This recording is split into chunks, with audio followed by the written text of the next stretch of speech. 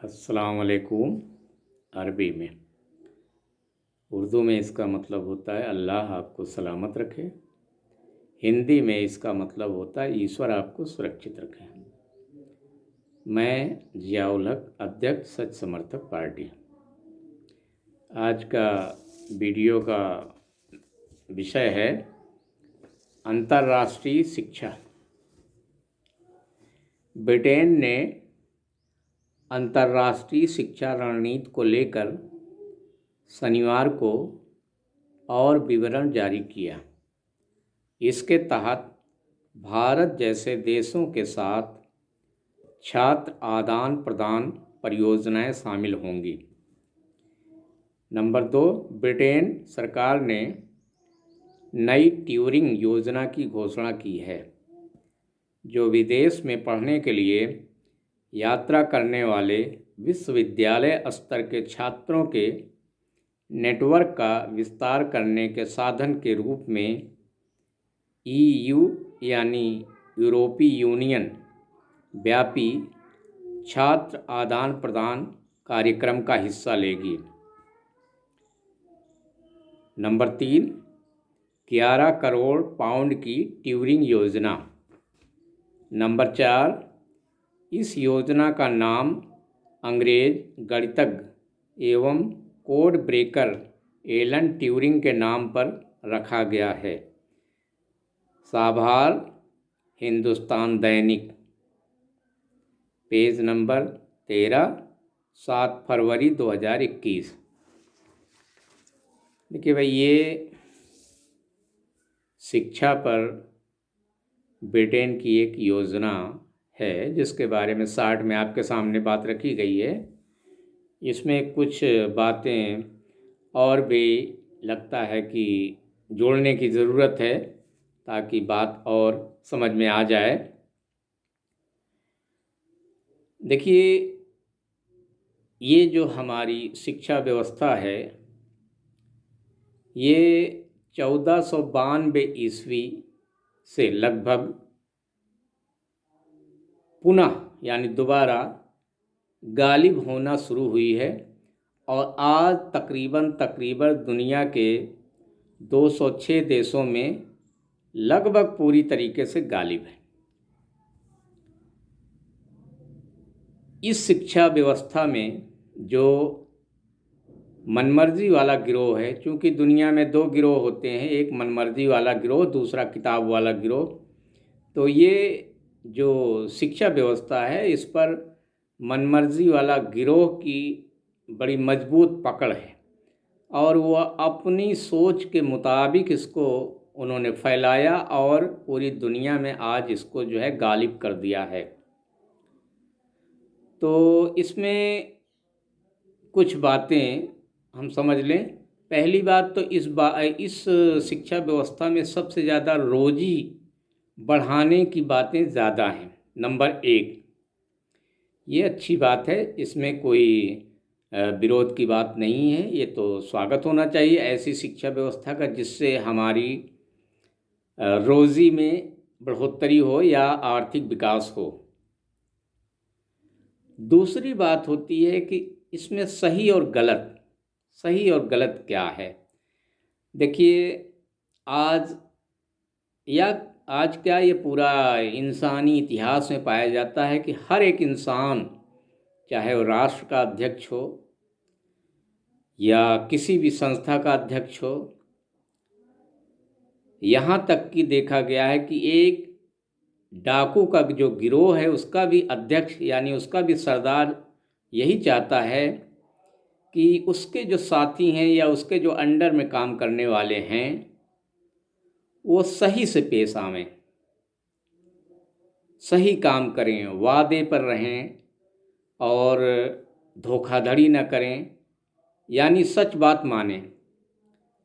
लेकिन सवाल ये खड़ा होता है कि जो अध्यक्ष होते हैं या जो सरदार होते हैं वो इस चीज़ को खुद अपने ऊपर लागू करने के लिए तैयार नहीं। ये एक बड़ी समस्या है। तो अब इस व्यवस्था में जो ये शिक्षा व्यवस्था है इसमें सही और गलत की पहचान और उसके बारे में जो बातें पहले धार्मिक पुस्तकें हमें बताती थीं कि क्या सही है क्या गलत है, आज उसकी जगह पर इस नई शिक्षा व्यवस्था में साहित्यकारों ने ले लिया है और अपने लिटरेचर, अपने साहित्य के ज़रिए से वो चाहते हैं कि मानव को, इंसान को सही गलत की परख बताएं और सच्चा इंसान बनाने की कोशिश करें। लेकिन इस शिक्षा व्यवस्था में जो सबसे बड़ी कमी है वो यह है, मनमर्जी वाले गिरोह की या साहित्यकारों की, कि ये कहते तो हैं और चाहते तो हैं कि लोग सच्चे बन जाएं, झूठ न बोलें, गलत काम न करें, लेकिन सबसे बड़ा सवाल है कि इंसान गलत काम क्यों ना करे, सही काम करने से उसका क्या फ़ायदा है। जब वो देख रहा है कि उसके सरदार, उसके मुखिया गलत काम करके बहुत सारी फ़ायदे उठा रहे हैं और बहुत सारी चीज़ों का अवैध तरीके से उपभोग करके मौज मस्ती कर रहे हैं, तो वह क्यों पीछे रहे। इसका जवाब जो है वो जो देते हैं साहित्यकार, दरअसल वो पूरी तरीके से मुतमईन नहीं कर पाते अपने अनुयायियों को, क्योंकि इंसान की जो बनावट है वो हर एक काम का वो बदला चाहता है, फल चाहता है। किसी भी विभाग में, चाहे वो सरकारी हो या प्राइवेट हो, किसी को अगर हम नौकरी दें और ये कहें कि भाई तुम नौकरी करो, काम करो, लेकिन हम तुम्हें वेतन नहीं देंगे, इसका तुम्हें कोई वेतन नहीं मिलेगा, तो इंसान वह जो है वो जोश में कितने दिन तक काम कर सकता है। हम अपने बच्चों को जब उनका पढ़ाई में मन नहीं लगता तो उनसे यही कहते हैं कि भाई बच्चों पढ़ लो, पढ़ लोगे तो इंजीनियर बन जाओगे, डॉक्टर बन जाओगे, टीचर बन जाओगे और तुमको इतनी इतनी इतनी ज़्यादा सैलरी यानी वेतन मिलेगा, उसको फल बताते हैं। लेकिन जब ये साहित्यकार अपने अनुयायियों को कहते हैं कि तुम सच्चे बन जाओ, सही राह पे चलो, तो वो फल नहीं दे पाते। दरअसल साहित्यकार और धार्मिक ग्रंथ में यही फ़र्क है। धर्म हमें बताता है कि अगर तुम सही काम करोगे, झूठ नहीं बोलोगे, चोरी नहीं करोगे और कोई किसी की नाजायज़ हत्या नहीं करोगे या किसी की भी हत्या नहीं करोगे, तो तुमको मौत के बाद स्वर्ग मिलेगा, यानी जन्नत मिलेगी, यानी निर्वाण मिलेगा, यानी पैराडाइज मिलेगा। फल बताता है धर्म, और यही चीज़ हमारे साहित्यकार नहीं दे पाते। यहाँ तक देखा गया है कि खुद साहित्यकार तो बहुत अच्छी अच्छी आदर्श वाली बातें अपने साहित्य के जरिए से रखते हैं, लेकिन यही जब अपने साहित्य को यूनिवर्सिटी में या कहीं और लाइब्रेरी में चाहते हैं कि उनकी साहित्य की किताबें जाएं वहाँ पर, तो वहाँ इतना तिकड़म करते हैं कि उनकी ज़्यादा से ज़्यादा किताबें खरीद फरोख्त हो और जगह जगह वो बहुत सारे समझौते करके काम करते हैं। वहाँ वो सारी सच्चाइयों को नज़रअंदाज कर देते हैं जिसकी वो खुद अपने साहित्य के ज़रिए से ही फैलाना चाहते हैं। तो यह जो है सबसे बड़ी नाकामयाबी है इस शिक्षा व्यवस्था में।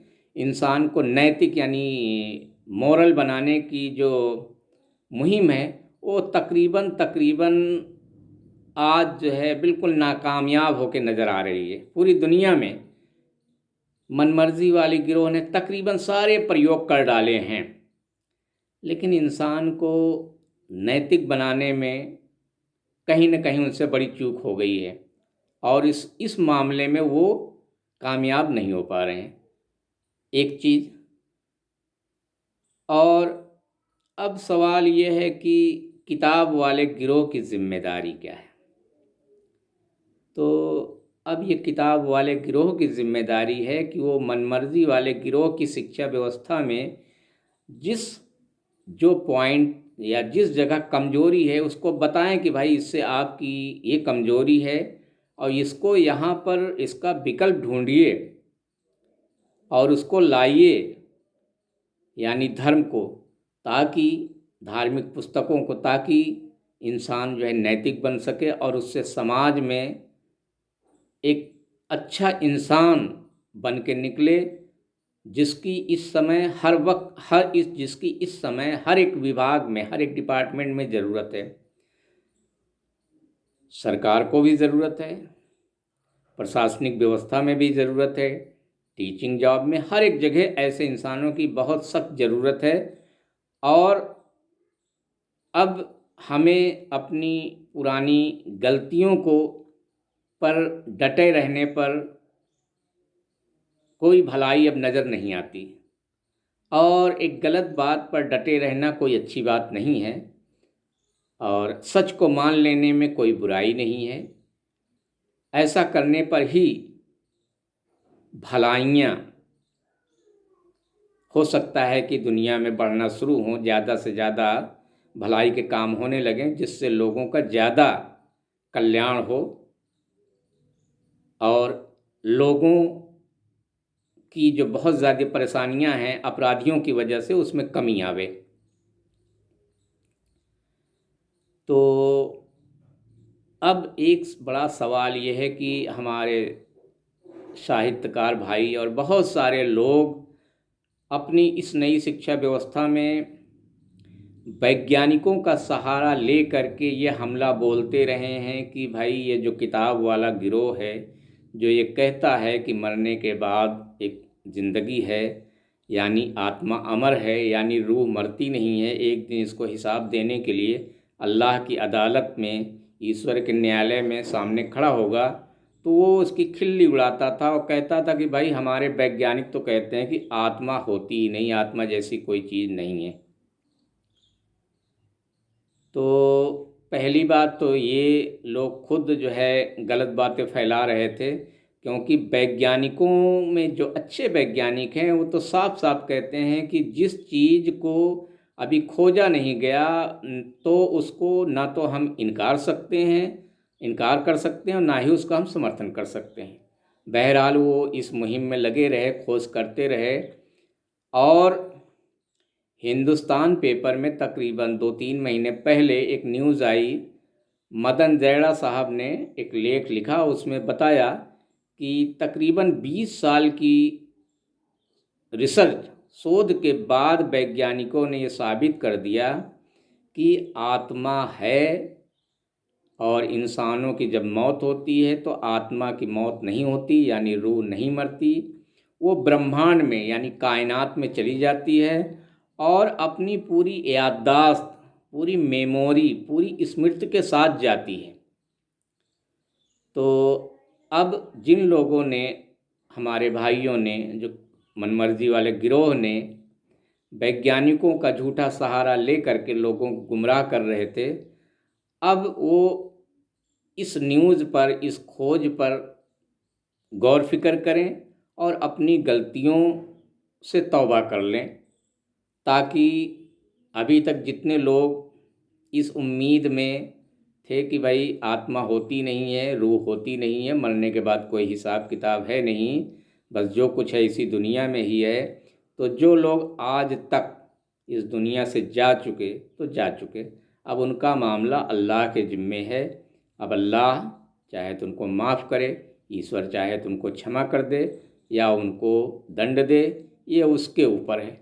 लेकिन जो अभी इस दुनिया में हयात में हैं, जिंदा हैं, जीवित हैं, वह इस सच्चाई को मान लें कि आत्मा अमर है, रूह मरती नहीं है, और एक दिन इसको अल्लाह की अदालत, ईश्वर के न्यायालय के सामने अपने हिसाब देने के लिए खड़ा होना है।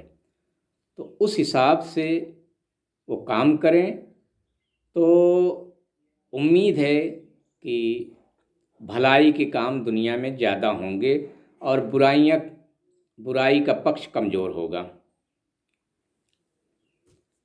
देखिए भाई, ये कुछ बातें थी जो मैंने आपके सामने रखी। अब अगर किसी भाई को लगे कि इसमें कुछ बातें गलत है तो हमें ज़रूर सूचित करें।